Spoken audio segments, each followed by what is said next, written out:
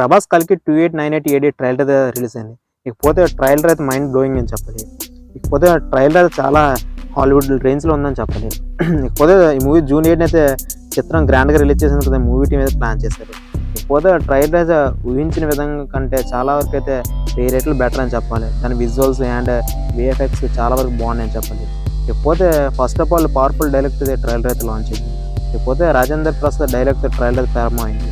ఇక భూమి మీద మొదటి నగరం అండ్ చివరి నగరం కాశీ అంటూ ట్రైలర్ అయితే ప్రారంభమైంది.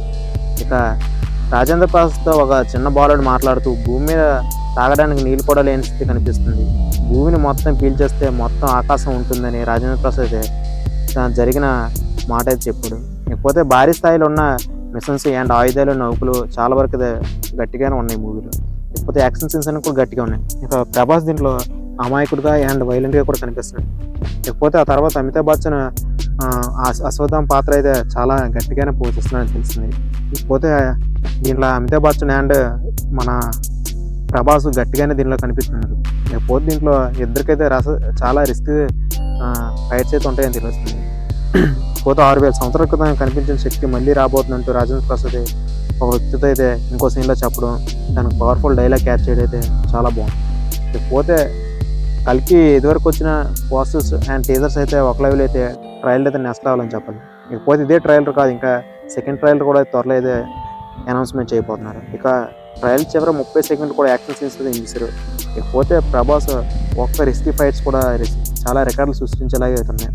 ఇకపోతే ప్రభాస్ చెప్పే డైలాగ్స్ కూడా అద్భుతంగా ఉన్నాయి అండ్ యాక్షన్ సీన్స్ అయితే నిజంగా హాలీవుడ్ స్థాయిలో అయితే ఉన్నాయని చెప్పాలి. ఇక చివరిలో కమల్ హాసన్ పాత్ర భయంకరంగా ఉంది. విచిత్రం గెటప్లో కమల్ హాసన్ ఎంట్రీ ఇచ్చాడు. ఇక ఒక ప్రాణం కోసం ఎంతమంది బలి తీసుకోవడం ఏంటి అనే దీపిక పడుకొని చెప్పడం డైలాగ్ కూడా చాలా వైల్డ్గా ఉంది. ఇకపోతే నాకు తెలిసి కమల్ హాసన్ దీనిలో విలన్ అయితే అనుకుంటున్నాను. ఇకపోతే కమల్ హాసన్ కోసం అయితే ఈ మూవీ చుట్టూ రన్ అవ్వడం అయితే తెలుస్తుంది. ఇకపోతే మన ప్రభాస్ అయితే వాయిస్ ఓవర్తో చాలా తన బాడీ లాంగ్వేజ్ పర్ఫెక్ట్గా ఉంది. కాకపోతే కొంతమంది యాక్టర్లకు వాయిస్ డబ్బింగ్ అయితే చాలా ప్యూర్గా ఉందని చెప్పాలి, అంటే అంత సింక్ అవ్వట్లేదు. ఇకపోతే తొందరలో అయితే సెకండ్ ట్రైలర్ కూడా రిలీజ్ చేయడానికి మ్యాక్సిమం ప్లాన్ చేస్తుంది. ఇకపోతే టీజర్ అయితే ట్రైలర్ అయితే నాకైతే చాలా హైలో ఉందని చెప్పాలి. ట్రైలర్ చూస్తే మూవీ హాలీవుడ్ రేంజ్లో ఉంది, పక్కా 1000 కోట్ల రికార్డ్ బ్రేక్ చేసే స్థాయిలో ఉంటుందని తెలుస్తుంది. ఇకపోతే మూవీ కోసం చాలా వెయిట్ చేస్తున్నాను. ఇకపోతే దీంట్లో ప్లస్ వచ్చి కమల్ హాసన్ పాత్ర అయితే చాలా భయంకరంగా ఉంది అండ్ ప్రభాస్ యాక్షన్ సీన్స్ బాగున్నాయి. ఇకపోతే దీపిక పడుకొని అండ్ దీంట్లో మళ్ళీ అమితాబ్ బచ్చన్ క్యారెక్టర్స్ని అయితే బాగా చూపించారు.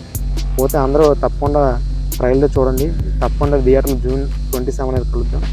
అంతవరకు వెంటనే థ్యాంక్ యూ, బాయ్.